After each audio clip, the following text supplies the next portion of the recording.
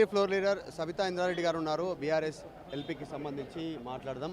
Madam మాట్లాడను ఎందుకు బాగా చెప్పిండు హరీష్ రావు గారు. ఇప్పుడు అన్నిటికీ సమాధానం వాళ్ళే. కాదు సభలో రేవంత్ రెడ్డి మాట్లాడిన లాంగ్వేజ్ పైన అంటే ఒక ముఖ్యమంత్రిగా ఉండి ఏం మాట్లాడినా ప్రజలు గమనిస్తున్నారు.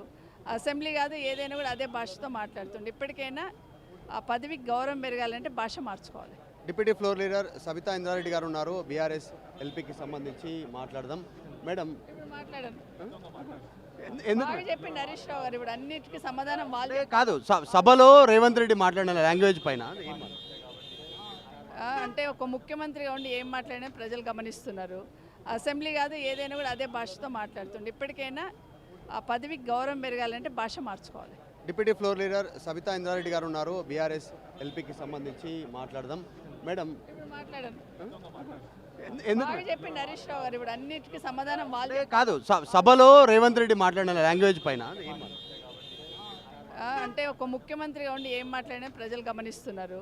అసెంబ్లీ కాదు ఏదైనా కూడా అదే భాషతో మాట్లాడుతుండే. ఇప్పటికైనా ఆ పదవికి గౌరవం పెరగాలంటే భాష మార్చుకోవాలి. చరిత్ర సృష్టించినోడు ఇప్పుడు ఆ చరిత్రని తిరగరాయబోతున్నాడు.